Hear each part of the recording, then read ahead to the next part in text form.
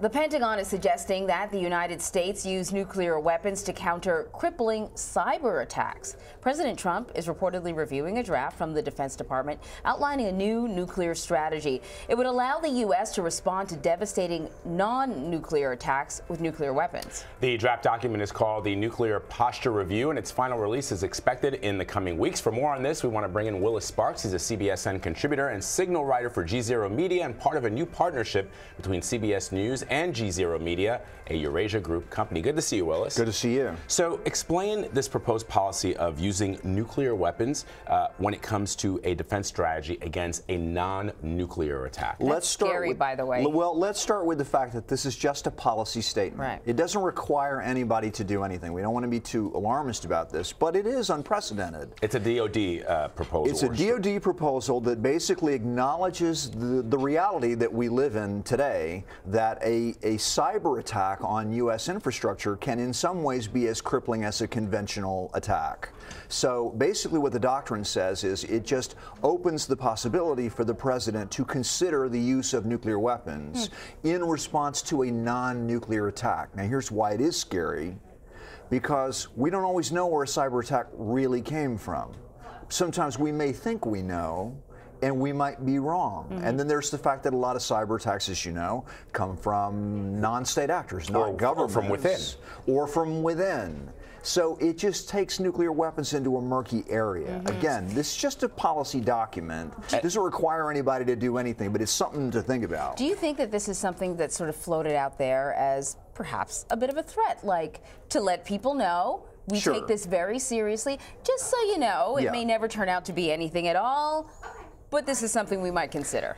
Yes, but we still are bound by the same rules of the Cold War of mutually assured destruction. So if it is a threat, its power as a threat is limited by the fact that other governments are saying, well, you know, look, if we launch this kind of attack on you, you've got nuclear weapons, we've got nuclear weapons, are you really more likely to use a nuclear weapon? But, you know, again, cyberspace is an area where the balance of power is not as clear as it is in conventional forces. So it adds an element of fog of war to the ultimate security question, use of nuclear weapons. I mean, I can understand, you know, or I can see how, and I said the DOD, I mean the Department of Defense, could come up with all possibilities to protect and defend the United States and its citizens, including this one that is being suggested. But on the other hand, it would seem to me that it would be a very heavy-handed, that's the lightest way I can put it, to attack somebody, an entity, a state that doesn't have nuclear weapons and says, well, maybe one way that we can protect our national interests, if we feel that we're under threat from the United States, is through the use of cyber attacks, and for the United States to respond with a weapon that would wipe out humanity. In 2018, I think we can say, however, that any government that is capable of launching the kind of devastating cyber attack on critical infrastructure already has nuclear weapons.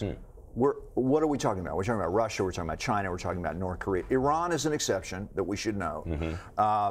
But you know, that reality is already out there, and again, it's a statement of policy. It doesn't require anybody to do anything any more than a political party's platform requires its lawmakers to do X, Y, or Z if they win an election. Right. But it's worthwhile to have this debate because the nature of threats has changed, and in cyberspace, as I say, the balance of power is not so clear, and maybe it's the Pentagon putting down a marker that this is a new area of study that we've all got to really think through, including the ethics of this question. Right. Also in the newsletter, you talk about Ethiopia really facing somewhat of an uncertain future, a weak economy, some political unrest, great disparity, and a key opposition leader was released from prison. Right. We have a little bit of sound, what he had to say. Let's listen to that, and then we'll talk about it. Okay. With our party and the members, we will decide in the next days and the weeks what to do and what not to do.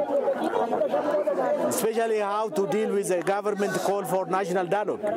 If it is real and honest, we are for it. So, and also we expect that the rest of our members who are remained in prison will be out soon. And the government will follow up if a real breakthrough in this country. All right, so tell us why we should care. There are a lot of countries in Africa that are dealing with political unrest and uncertainty. Why should we care about what's happening in Ethiopia? Well, one reason why at Signal we've been following this story, particularly over the last couple of weeks when there's been this movement, is Ethiopia is a really important country in East Africa that doesn't get attention in this country. We talk about Kenya, we talk about Nigeria, South Africa, of course. Ethiopia has 100 million people. This is a big country. And what's fascinating about the story is that in the year 2000, this was the third poorest country in the world. Then they had a spurt of economic growth from 2000 to 2016. It became the third fastest growing economy after China and Myanmar in the world. However, it wasn't just the economy that was growing, it was inequality. So that sort of fed into some pre-existing ethnic tensions among various ethnic groups in Ethiopia. You've got high unemployment, particularly among young people, and a protest movement grew up. And there was some violence. And in 2016, in October of 2016, the government, to try to get its to get the situation under control, declared a state of emergency. And they arrested over the course of the next 10 months, 29,000 people. Now, why is this in the news now? On January 3rd of this year, by the way, the state of emergency was lifted last August. Well, 10-month state of emergency is a 10-month state of emergency is a big deal. Yeah. On January 3rd of this year, so 2 weeks and a day ago, the government announced suddenly, the prime minister said, we're going to let all the political prisoners go. And we're going to close this prison that outsiders say has been used for torture because we want a new relationship with our own people. We want to move past this. So, unfortunately, the government came out a few hours later and said the prime minister was mistranslated. Some will be released. We're not saying who, we're not saying when. Wow. But the opposition leader that you just saw there was released this Wednesday, along with more than 500 other people. So what you hear from him is a statement of, okay, maybe this is something. Maybe this is the beginning of a reconciliation in this important country. Another reason why people should care about this, Ethiopia has been a really strong island of stability in East Africa and a very valuable counterterrorism ally for the United States government and other governments that have been reluctant to criticize human rights abuses in that country. So for outsiders, you know, Ethiopia is part of the counterterrorism puzzle in a part of the world where you've got the Al-Shabaab terrorist group in Somalia, you've got unrest in Sudan, South Sudan. So this is really a story to follow. What we're seeing is the beginning of something that could turn into a real thaw. But when the state of emergency was lifted in August of last year, the protests didn't stop. That's why the government's doing this, because lifting the state of emergency was not enough to pacify people. So they're hoping release some prisoners, release Mr. Gudina and maybe some other opposition leaders.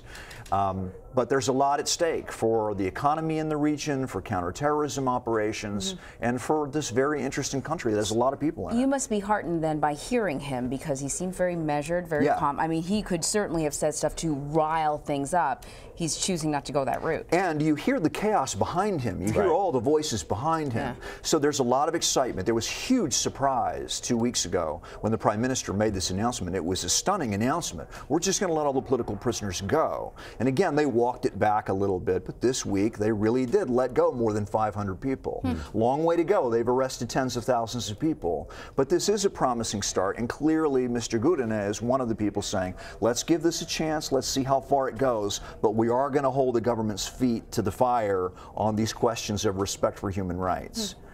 It's a very interesting country and a very interesting story. Willis Sparks, always so great to have you. Thank you for very much. By. Yeah.